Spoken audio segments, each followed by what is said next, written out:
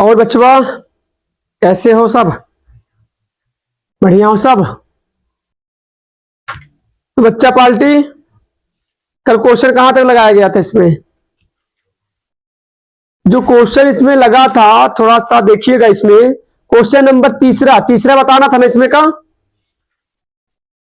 बोलिएगा। क्वेश्चन में तीसरा ही तो था यहाँ पर। तीसरे था ना? चलिए ठीक है। क्वेश्चन नंबर थर्ड से आप लोगों को बताना था, तो ध्यान दीजिएगा। क्वेश्चन नंबर थर्ड में ये दिया हुआ है कि एक मोटर बोट है। क्या है? एक मोटर बोट है जिसकी स्थिर जल में चाल 18 किलोमीटर प्रति घंटा है। ये मतलब किसकी चाल किसमें? ध्यान से समझिएगा। मोटर बोट की चाल है जल में। किसमें? जल में, स्थिर जल में। अब जब भी ऐसे प्रश्न आया करो थोड़ा ध्यान से समझिए कि जब भी स्थिर वाले शब्द की बात होगी तो ध्यान दीजिएगा। यहां पे दो लोग हैं। एक तो हम कहते हैं बोट की चाल है। मोटर बोट की चाल क्या है? मोटर बोट की जो चाल है वो कितनी है? मोटर बोट की जो चाल हमारे पास दिया हुआ है वो है 18 किलोमीटर प्रति घंटा। जल की चाल क्या है? स्थिर जल की चाल है। तो स्थिर जल की चाल हम क्या मान लें? स्थिर जल में चाल या स्थिर जल की चाल बोलते हैं। तो जल की चाल कितनी हो जाएगी मान लेते हैं, अपने मन से नहीं पता है तो x मान लेते हैं। अब एक चीज और ध्यान से सोचिएगा कि दूरी कितना है इसका। कुल दूरी भी दिया हुआ था। दूरी जो तय करना हमें 24 किलोमीटर की दूरी तय करना। ध्यान से समझिएगा कि स्थिर जल में मोटर कितने की स्पीड से चलता है? 18 की स्पीड से। तो हमें नहीं पता है कि इस वो तो बात किया ना कि स्थिर जल है तो उसमें मोटर इतने की स्पीड चलता है, लेकिन वास्तव में जो जल हमारा है वो रुका नहीं है, स्थिर नहीं है। वो कल्पना किया है कि जल जब रुका हुआ है तो उसमें इतने की स्पीड से चल रहा है, लेकिन वास्तव में ये हमारा पानी रुका नहीं है, चल रहा है। चल रहा है मतलब अगर कहते हैं कि यहां पे दो शब्द ऐड होंगे।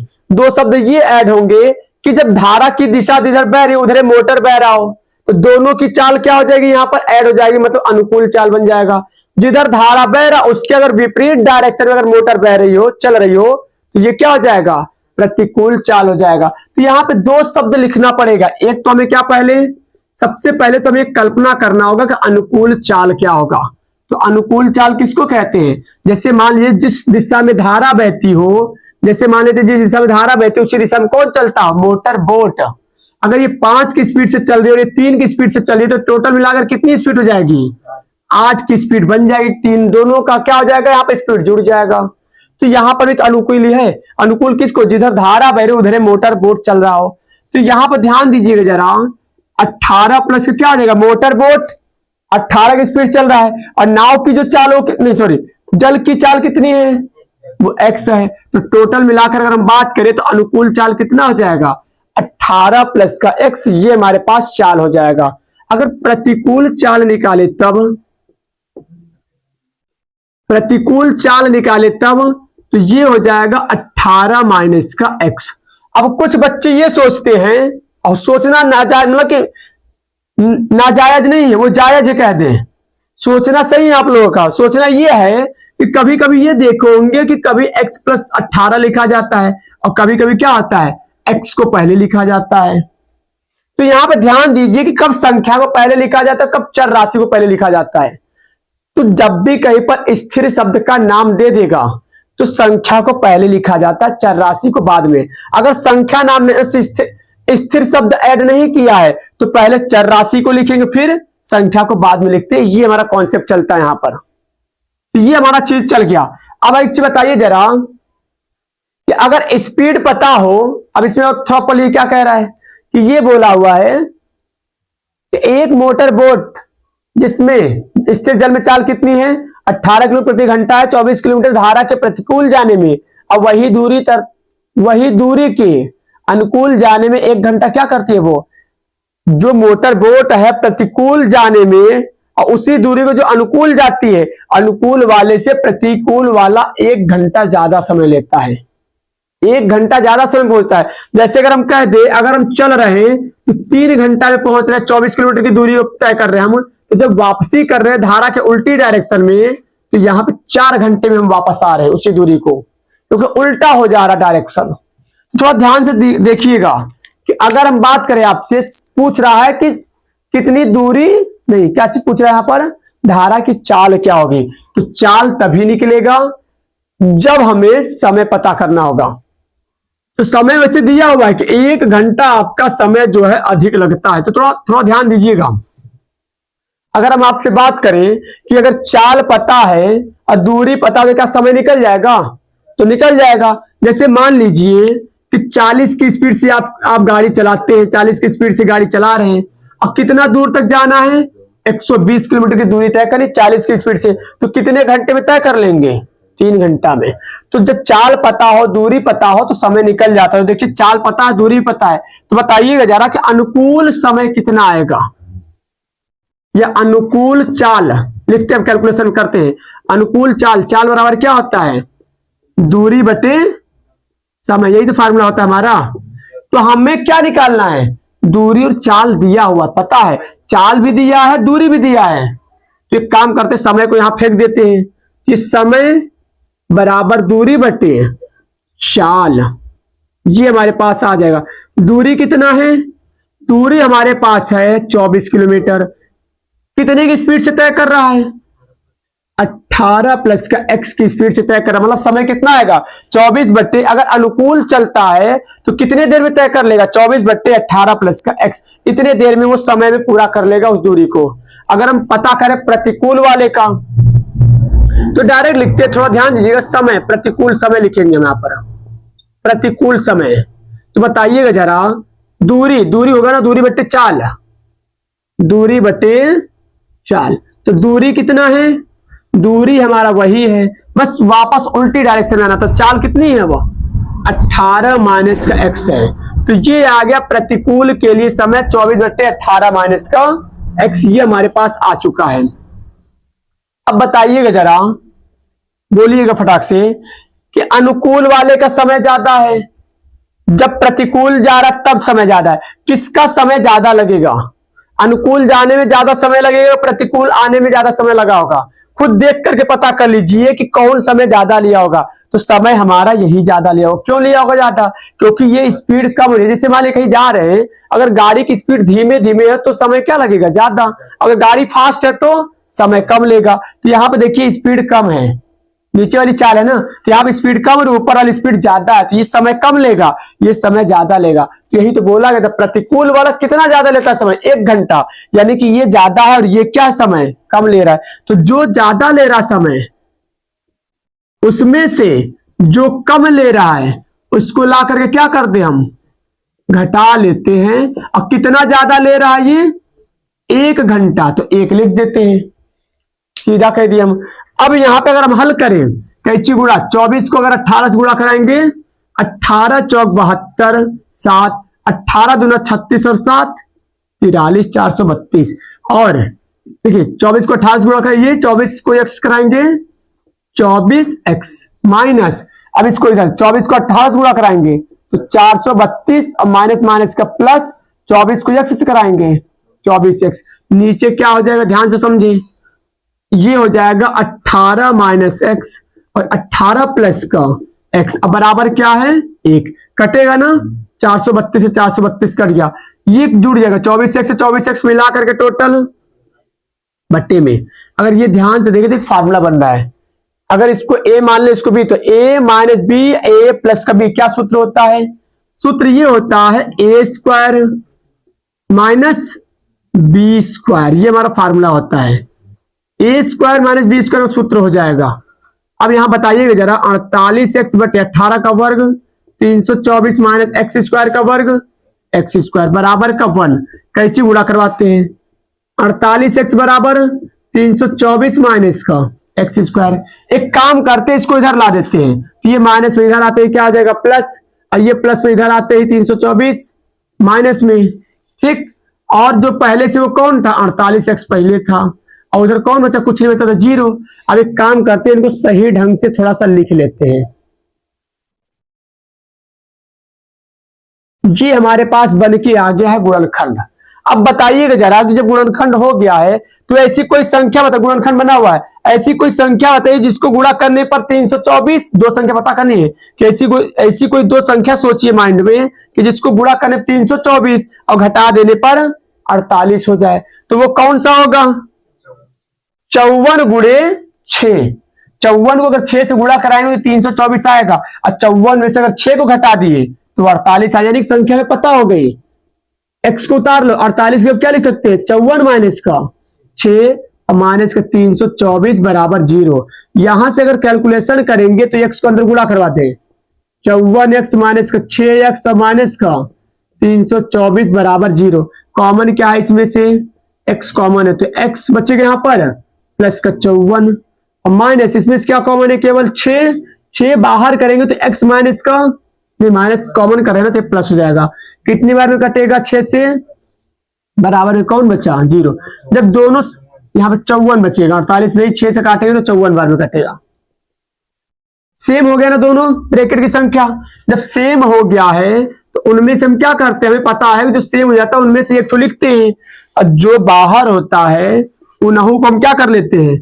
एक ब्रैकेट में कर लेते हैं, और बारी बारी से दोनों को 0 बराबर रख दें। तो यहां से रख के हल करेंगे तो ये माइनस में देगा 54, और इसको रखेंगे तो प्लस में देगा 6, क्योंकि ये प्लस में उधर जाएगा तो माइनस हो जाएगा, ये माइनस उधर जाकर क्या हो जाएगा? प्लस हो जाएगा। तो जो प्लस में होता है वही हमारा क्या माना जाता है? वही हमारा चाल होती है। कोई चाल तो माइनस में होती नहीं है, इसलिए ये वाली चाल हम क्या करेंगे? यहाँ पर छोड़ेंगे, यही चाल हम लेकर के आगे बढ़ेंगे। यानी कि एक्स हमारी क्या थी? चाल थी। किसके चाल थी? जल की चाल थी। एक्स क्या आ गया? जल की चाल आ गई। और मोटर बोट की चाल तो पहले से पता था, यानी कि हम कहते हैं इसकी चाल हमें पता चल गया। यही हमारा क्या होगा? x बराबर 6 जो आएगा, यही आंसर इसका होगा। तो फटाक से इसको क्या करिए? रोक करके नोट कर लीजिएगा इसको। अब तो ये हमारे पास क्या हो गया? क्वेश्चन नंबर 3 का, मतलब 3 लग चुका है। इसका अथवा दिया हुआ है, अथवा देखिए क्या दिया है ये, इसको मिटा लिया। अब क्वेश्चन नंबर 3 का अथवा में जरा देखिए क्या लिखा है, वो क्या कह रहा है, ये जरा थोड़ा ध्यान से पढ़िएगा, समझिएगा उसको, बोलिएगा तनी, समझ में आता है तो बताइएगा उसको। क्वेश्चन नंबर 3 का अथवा में जरा पढ़िए, देखिए क्या समझ में आ रहा है आपको। क्या बोला है? वृत्त वाले चैप्टर से क्वेश्चन दिया लग रहा, वो सर्कल वाले चैप्टर का क्वेश्चन है। और सर्कल वाला अगर आप लोग पढ़े होंगे अच्छे से तो ये क्वेश्चन बहुत बेहतरीन समझ में आ जाएगा, क्योंकि इसमें सारा का सारा चीजें जो है कॉन्सेप्ट पर चलती है। ये वृत्त में ज्यादातर कह दे, चाहे त्रिभुज देखे चाहे वृत्त देखे, थ्योरम बहुत चलता है बेटा। इसमें सबसे ज्यादा थ्योरम का ही रोल इसमें है चैप्टर में। 2 थ्योरम तो बहुत फेमस है, 7-10 लेसन में अगर बात करें तो दोनों में से कोई ना कोई तुम्हें इस साल मिल सकता है वो, तो ध्यान दीजिएगा। दोनों थ्योरम हाई स्कूल में जो थ्योरम दिया हुआ है वृत्त वाले में, उसको थोड़ा ध्यान से देख लीजिए कहां पर है, और नहीं समझ पा रहे हैं कि कौन सा थ्योरम की बात करें तो बताइएगा, उसको हम बता देंगे कौन सा थ्योरम की बात कर रहे हैं। क्वेश्चन नंबर 3 का अथवा है ये, अथवा वाला 3 का अथवा है। अथवा क्या बोला है कि ये बोला है कि एक वृत्त है जिसका केंद्र क्या है? O है। O केंद्र वाला एक सर्कल है जिसके बाय बिंदु T से एक कोई बिंदु बाहर पर T रखा गया है, जिससे कोई 2 स्पर्श रेखाएं खींची गई, बिंदु पर स्पर्श रेखाएं खींची गई वहां से। तो मान लेते हैं कि ये स्पर्श रेखाएं खींची गई है, इसको हम कुछ नाम देते हैं, स्पर्श रेखाओं कुछ बोला है TP और TQ, इसको मान लेते हैं P, इसको हम नाम देते हैं Q,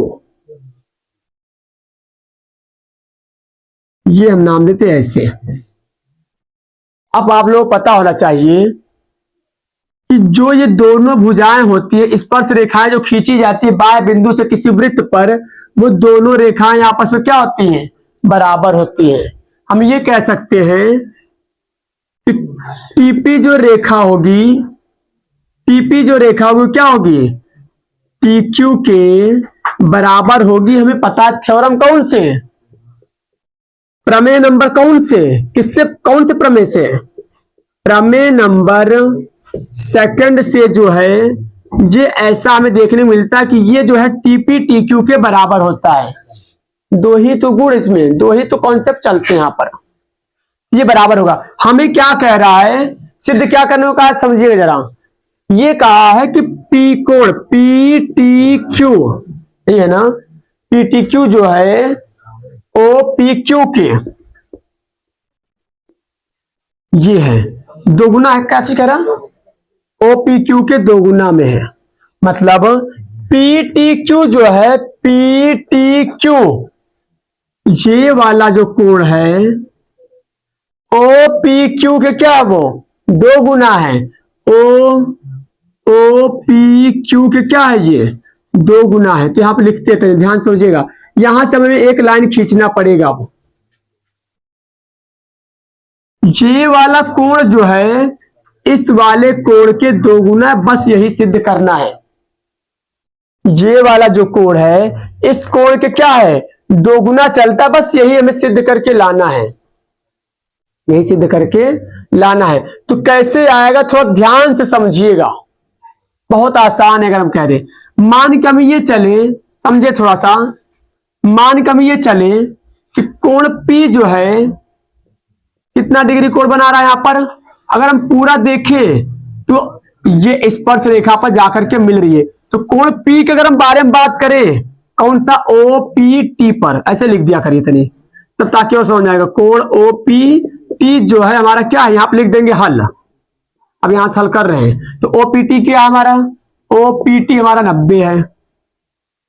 ओ क्यू टी कितना होगा, यह क्या होगा, 90 डिग्री ही होगा। ये भी 90 डिग्री होगा। थोड़ा ध्यान से समझे कि अगर ये भी 90 है तो ये हमारा तो 90 पहले से होगा, क्योंकि झुके होते हैं आसपास रेखा पर 90 डिग्री होते हैं। हमें ये कोण दिखाना, ये कोण के दोगुना होता है। तो थोड़ा ध्यान दीजिए जरा। अगर हम मान लें कि ये पूरा कोण कितना है, कोण माने कि अब मान हो चुका है हमारा 90 डिग्री, तो मान लेते हैं कि अगर ओ पी टी जो है, ओ पी टी नहीं, पी क्यू जो रेखा है, पी क्यू रेखा क्या है, पी क्यू जो रेखा है ओ पी टी के क्या है, वो अर्धक है। रेखा ओ पी टी का क्या है, अर्धक है, अर्धक है। अगर ऐसा हुआ कि अर्धक है हमारे पास, ओ पी टी जो है ये अर्धक कर रहा है काम उसका, अगर अर्धक की तरह ये काम करा तो हम सीधा कह सकते हैं यहां पर कि ये अगर पूरा 90 तो ये कोण कितना बनेगा, 45 बन के आएगा। अगर ये 45 हुआ, ये 45 हुआ और ये 45 हुआ तो ये भी 45 होगा। 45 45 45 45 90 होगा। तो तीनों कोणों का योग कितना होता है, अब ध्यान से समझे। अगर ये कोण 45 है तो ये भी कितना होगा, 45 ही होगा ना। तो ये भी कोण कितना होगा, 45। ये 45, ये 45, तो ये कितना होगा, लिख देते थोड़ा सा। कोण P प्लस कोण Q प्लस का कोण P बराबर क्या हो जाएगा, 100। तीनों कोणों का योग, त्रिभुज कौन सा, PQT, त्रिभुज PQT में बात कर रहे हैं हम। PQT में अगर बात करें तो कोण P, कोण Q, कोण T बराबर क्या हो जाएगा, तीनों कोणों का योग 180 हो गया।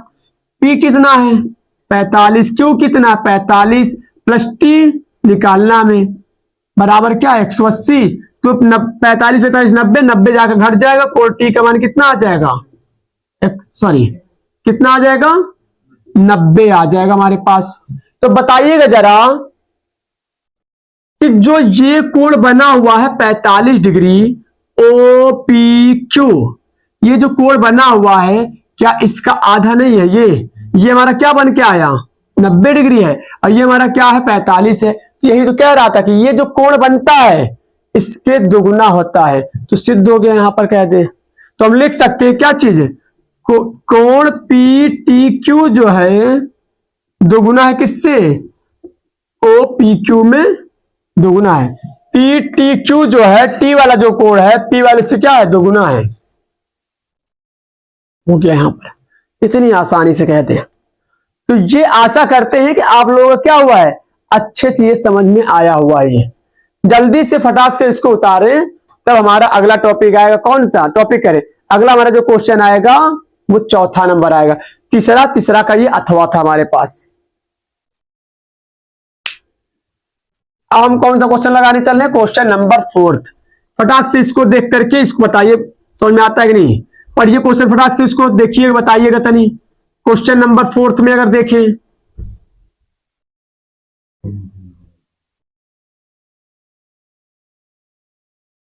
क्वेश्चन नंबर 4 क्या लिखा है? क्वेश्चन नंबर 4 ये लिखा है, क्या लिखा है कि 1.5 मीटर लंबा एक लड़का जो है 30 मीटर भवन से कुछ दूरी पर खड़ा है। एक भवन है, मान लीजिए भवन है, भवन की हाइट कितनी है? 30 मीटर की ऊंचाई के एक कोई भवन है, जो इससे कुछ दूरी पर एक लड़का खड़ा है। कितना बड़ा लड़का है वो है, उसकी हाइट कितनी? उस लड़के की मान लेते एक ए बी एक लड़का है जिसकी हाइट कितनी है? 1.5 मीटर की हाइट का एक लड़का है। ध्यान समझिएगा, क्या करता है? 1.5 मीटर का लंबा 30 मीटर के भवन की कुछ दूरी, यानी भवन के पास से कुछ दूरी से खड़ा होकर ताकता है, तो इसका कोण कितना बनता है? 30 डिग्री। पहले पहले क्या बोला है? पढ़ लीजिए क्वेश्चन एक बार इतनी वहां से। जब वह भवन की ओर जाता है, कुछ दूरी पर खड़ा है, जब वह भवन की ओर जाता है तब उसकी आंख से भवन के शिखर का उन्नयन कोण क्या होता है? 30 से 60। मतलब जब चलता नहीं है तब उसका कोण कितना बनता है? 30 डिग्री बनता है। सोचिए जरा कि जो कोण हमारा बन रहा होगा, कोण जहां बन रहा हो, कोण बन कहां रहा होगा? नेत्र से ही तो बन रहा होगा कि पैर से बन रहा होगा? तो नेत्र से बन रहा है तो वहां से एक आधार खींच लीजिए पहले। तो ये हम कहते हैं इसी के जैसा एक समांतर आधार खींच लिए, तो ये 30 डिग्री का कोण बना रहा था। लेकिन क्या हुआ, अगर ये लड़का आगे थोड़ा सा इसको बड़ा बनाते हैं, मान लेते हैं हमारे पास एक भवन है, इससे कुछ दूरी पर एक लड़का खड़ा है, और जब लड़का खड़ा होकर के इससे क्या करता है? इसकी हाइट कितनी है? 1.5 मीटर का है, जिसका ए बी नाम है। अब यहां से जब ताकता है कह दे यहां पर, तो कितना कोण बनता है? 30 डिग्री का।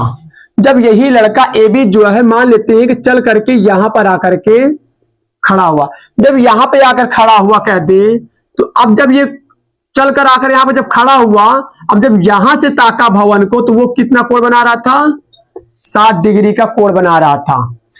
तो पूछ ये रहा, मान लेते हैं ये ए है, सॉरी ए भी दे चुके हैं, तो इसको हम कुछ नाम देते हैं बी सी डी, इसको ई। भवन की टोटल ऊंचाई कितनी थी?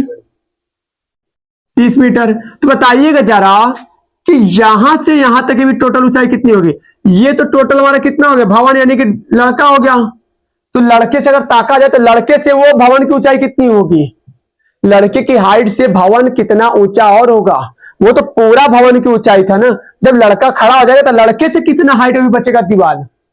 तो 1.5 मीटर निकाल दे तो 28 क्या बचेगा? केवल जो भवन बचेगा लड़के से अगर देखे तो 28.5 ही तो बचेगा। क्या पूछ रहा है? कि ये पूछ रहा है कि लड़का जो है 1.5 मीटर लंबा लड़का जब यहां से 60 मीटर अंश के कोण तक पहुंचा है, तो कितना दूरी वो तय किया? नहीं पता तो क्या मान ले? x। और यहां से यहां तक की दूरी क्या मान लेते हैं? यहां से यहां तक की दूरी को y मान लेते हैं, और यहां से यहां तक की दूरी को क्या माना गया? x। टोटल दूरी क्या हो जाएगा? अगर हम b से c की दूरी बात करें तो x प्लस का y। हल करके बताते क्या पूछ रहा है कि यहां से कितना दूरी तय किया जिसके हिसाब से कोण 60 डिग्री बनने लग गया। बस x का मान निकालना है, तो तुरंत निकाल दीजिए। निकाल दें, देखिएगा जरा समझिएगा कैसे हल करेंगे। ध्यान दीजिए, पहले हम कौन सा कोण ले? कोई भी कोण ले सकते हैं। तो पहले हम कोण लेने चल रहे, कौन सा? 30 डिग्री वाला कोण लेकर चलेंगे। जिस डिग्री को लेकर के आगे बढ़ना, ध्यान दिया करिए कि कौन कौन से भुजाओं से मिलकर के बना हुआ कोण, अब वो कहां जाकर के स्पर्श कर रही है। तो देखिए ये वाला भुजा और ये वाली भुजा से कोण बन रहा 30 डिग्री, तो यानी कि ये लाइन, ये दोनों लाइन यहां पे जाकर के मिल रही है, मतलब यहां पर। तो आधार पूरा हमारा कौन बनेगा? x प्लस वाई जो है ये हमारा पूरा आधार के तरीके से काम करेगा। तो सूत्र लगा देते हैं, टेन थीटा बराबर कौन से त्रिभुज से? ए ई डी में। पहले ये चित्र हल कर दो। टेन थीटा बराबर लंब बटे आधार। थीटा क्या है? 30 डिग्री है। लंब क्या है? 28.5। आधार क्या है? x प्लस का वाई। टेन 30 अंश का मान बराबर 28.5 अब बटे का x प्लस का वाई, एक्स प्लस वाई एक अन्नम, एक्स प्लस का वाई बराबर क्या हो जाएगा 28.5 √3। ये हमारे पास है समीकरण एक मान लेते हैं। अब त्रिभुज, अब कौन सा कोण 60 डिग्री वाला, तो 60 डिग्री कहां बन रहा है, हम कहते हैं इसको हम कुछ नाम देते हैं, ए बी नाम ना दे, क्योंकि यहाँ ए बी नाम दे चुके, मान लेते हैं यही लड़का चल करके पी और क्यू बिंदु पर पहुंचा है। कहां पहुंचा है, पी और क्यू पर पहुंचा है। तो अब त्रिभुज पी डी ई पर हल करते हैं। पी डी ई में हल करिए, फटाक से लगाइए। पी डी ई में अगर हल करें तो क्या बनेगा, समझे जरा थोड़ा सा। टेन थीटा बराबर लंब बटे आधार, टेन थीटा कितना है 60 डिग्री, लंब कितना है, लंब अभी भी तो वही चलेगा, ये वाला लंब 28.5, आधार कौन है 60 डिग्री है ना, तो ये यहां से ये दूरी चल रहा है, y माना गया है। टेन 60 है, इसका मान हल करने पर 28.5 बटे में y का मान निकालना, इसको उधर में तो 3 को उधर भेज दो, तो y बराबर कितना आएगा 28.5 बटे में √3। हमें किसका मान निकालना था, x कि कितनी दूरी वो तय किया जब कोण 60 डिग्री बनने लग गया, तो y का मान ले आकर कहां रख दे, जो निकालना उसको ध्यान दिया करिए समीकरण फर्स्ट में। तो जहां पर समीकरण फर्स्ट है जिसमें रखना उसको लाकर रख दो, कहां पर है उस समीकरण को पहले उतार लेते हैं। x प्लस का y बराबर 28.5 √3, y का मान पता है ना, तो y का मान रख देते हैं, क्या है 28.5 बटे √3 बराबर 28.5 √3। एक काम करते हैं, x का मान निकालते हैं, ये मान उधर जाएगा, भेज दीजिए, माइनस में हो जाएगा ना 28.5 अब बट्टे में √3, कैची गुणा लगाइए, √3 को √3 से गुणा करवाएंगे तो 3 होगा, और 28.5 को अगर 3 से गुणा कराएंगे कितना हो जाएगा 85.5 होगा, माइनस का इसको तो ऐसे उतर जाएगा 28.5 बटे में √3, x बराबर 85.5 से अगर 28.5 घट गया तो 57 करके आएगा बटे में √3। अब एक काम करते हैं, इसी √3 को चाहे छोड़ दे और चाहे जो नीचे दिखाई पड़ रहा है उसका परमेयीकरण लगवा दे, संयुग्मी जिसको कहते हैं, मतलब जो होता है उसी को ऊपर नीचे से गुणा भाग करवा देते, संयुग्मी कहलाता है।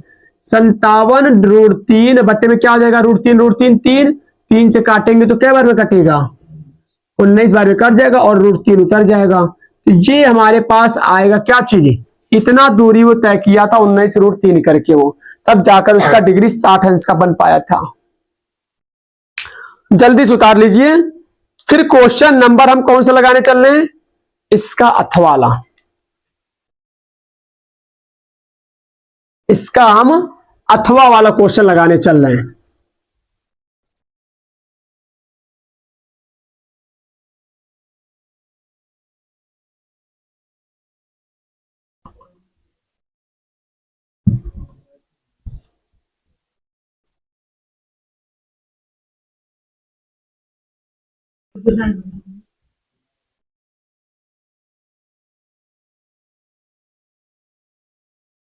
बताइएगा गरी, क्वेश्चन नंबर चौथे का अथवा, चौथे का अथवा में आप लोगों को माध्य निकालना है। तो माध्य तो आप लोगों को पता होगा कैसे निकालते हैं, समांतर माध्य कैसे निकालते हैं, x बार बराबर समेशन एफ एक्स बटे समेशन एफ, तो वैसे ही तो है लाला, लग जाना चाहिए प्रश्न, बहुत आसान दिया हुआ है, लगा लेंगे, तो ये लगा सकते हैं आप लोग, इसको लगा लीजिएगा। हम क्वेश्चन नंबर कौन सा बताने चल रहे हैं, क्वेश्चन नंबर 5वां, ये है प्रायिकता का क्वेश्चन, क्वेश्चन प्रायिकता का ये दिया हुआ है 5वां नंबर। क्या दिया है, क्या ये रहा है कि एक थैली से, एक कोई बक्सा मान लीजिए जिसमें क्या कह रहा है 5 ठो लाल गेंदे हैं और कुछ नीली गेंद है, गेंद कौन कौन है, एक तो लाल है, 5 ठो लाल है और कुछ नीली गेंद, हमें नहीं पता कितनी है, एक काम कर लेते हैं अभी ऐसे छोड़ देते हैं नीली को, 5 ठो लाल है बक्से में और कुछ नीली है, पता नहीं कितनी है, थोड़ा और आगे पढ़िए पता चल जाएगा। यदि इस थैले में से नीली गेंद निकालने की प्रायिकता लाल वाले से दोगुनी हो, मतलब नीली की जो प्रायिकता आ रही है लाल वाले की प्रायिकता से दोगुनी आ रही है, इसका मतलब नीली की जो गेंद होगी लाल वाले से दोगुना होगा तभी तो प्रायिकता दोगुनी आएगी। तो अगर ये 5 है तो नीला गेंद कितना होगा, 10 होगा, तभी तो दोगुना आएगा प्रायिकता। दोगुना बोल देते, दोगुना लिख दिए। अब बताइए जरा, अगर 5 लाल गेंद है और नीली 10 गेंद है तो टोटल बक्से में क्या गेंद हो गई। आप लोग अगर नहीं जानते तो थोड़ा सा एक चीज समझ लीजिए कि जब भी कहीं पर प्रायिकता वाला क्वेश्चन आता है तो हमेशा सबसे पहला जरूरी होता है कि उसका कुल मान पता होना चाहिए, समष्टि पता होना चाहिए। समष्टि जानते हैं क्या कहते हैं, कि टोटल संभावना पता होनी चाहिए। जैसे अगर हम बात करें चाहे कौनो गेंद हो, टोटल कितनी गेंद है यहाँ पर, 15 है तो 15 हो गया यहाँ पर। मतलब कुल मान हमें पता करना जरूरी होता है, तभी तो हो पाता है। प्रायिकता कैसे निकलता है, कुल मान को नीचे रख लेते और जिसकी प्रायिकता निकालनी हो तो इसको ऊपर कर देते, बस प्रायिकता आ जाता है। तो यही लिए हम कहते हैं कुल यानी समष्टि का मान पता होना चाहिए। तो कुल गेंद इतनी है, नीली लाल इतनी है। क्या पूछ रहा है यहाँ पर, थैलों में से नीली गेंद की संख्या ज्ञात कीजिए। संख्या तो ज्ञात हो चुका है, 10 नीली गेंद है, लेकिन क्या पूछ रहा है यहाँ पर, लाल गेंद के निकालने की दोगुनी है। तो एक काम करते, थोड़ा प्रायिकता निकालते हैं। यहाँ पर नीली गेंद की प्रायिकता निकालिए पहले।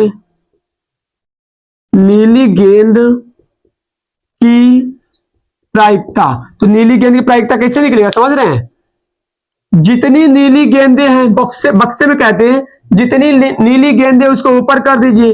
टोटल कितनी गेंदें थी बक्से में, 15 थी। तो ये रख दिए, 5 दूना 10, 5 तिहाई। इसका आंसर आएगा 2/3। अगर हम पूछ ले लाल की प्रायिकता बताइए तो ये क्या हो जाएगा, लाल गेंद कितनी है, 5/15, 5 गुना 5, 5 तिहाई। तो देख सकते हैं यहाँ पे 2/3 है, यहाँ पे 1/3 है। नीली वाली दोगुनी है लाल वाले से, जिसकी संख्या कितनी लिखी गई यहाँ पर, 15 लिखी गई थी यहाँ पर। तो हम सीधे कहते कि ये हमारा क्वेश्चन नंबर 5वां का ऐसे प्रायिकता में ऐसे प्रश्न पूछेंगे। समष्टि जब तक आपको पता नहीं होगा तब तक थोड़ा सा क्वेश्चन में दिक्कत हो सकता है, हमें लगता है। इसलिए समष्टि आपको पता होना चाहिए। अब क्वेश्चन नंबर कौन सा, 5वें का अथवा पर जरा फोकस करिएगा, क्या लिखा हुआ वो 5वां का अथवा। इसको पॉज करके आप लोग रोक करके उतार लिया करिएगा, समझ जाया करिए तो बता दिया करिएगा थोड़ा सा, अन्ना समझ में आ गया तब भी बताया करिए इसको। क्या बोला है कि एक कोई समांतर श्रेणी है, समांतर श्रेणी यानी कौन से लेसन का, ये 5वें लेसन का ना। एक कोई समांतर श्रेणी जिसका पहला पद, पहले पद को किससे लिखा जाता है, ये 5वें का अथवा है, ये अथवा नंबर। प्रथम पद को लिखते ए से, ए का मान कितना दिया है 5।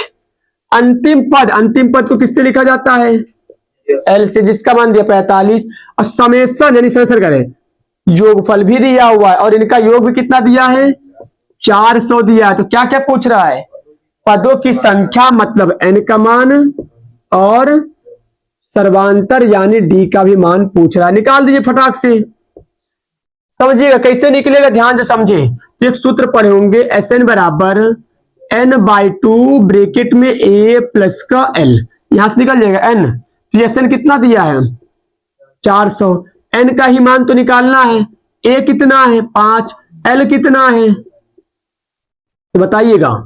400 बराबर n/2, 45 5 50, काटेंगे तो 400 बराबर 25 बार में कट जाएगा नहीं है, तो n गुणे क्या आ गया 25, 25 अगर हटाएंगे n का मान निकालेंगे तो 400 के बटे में आ गया 25 बराबर का n, काटेंगे तो 25 91, 25 कितना बचा 15, इधर जाएगा तो 150, 25 छक्का,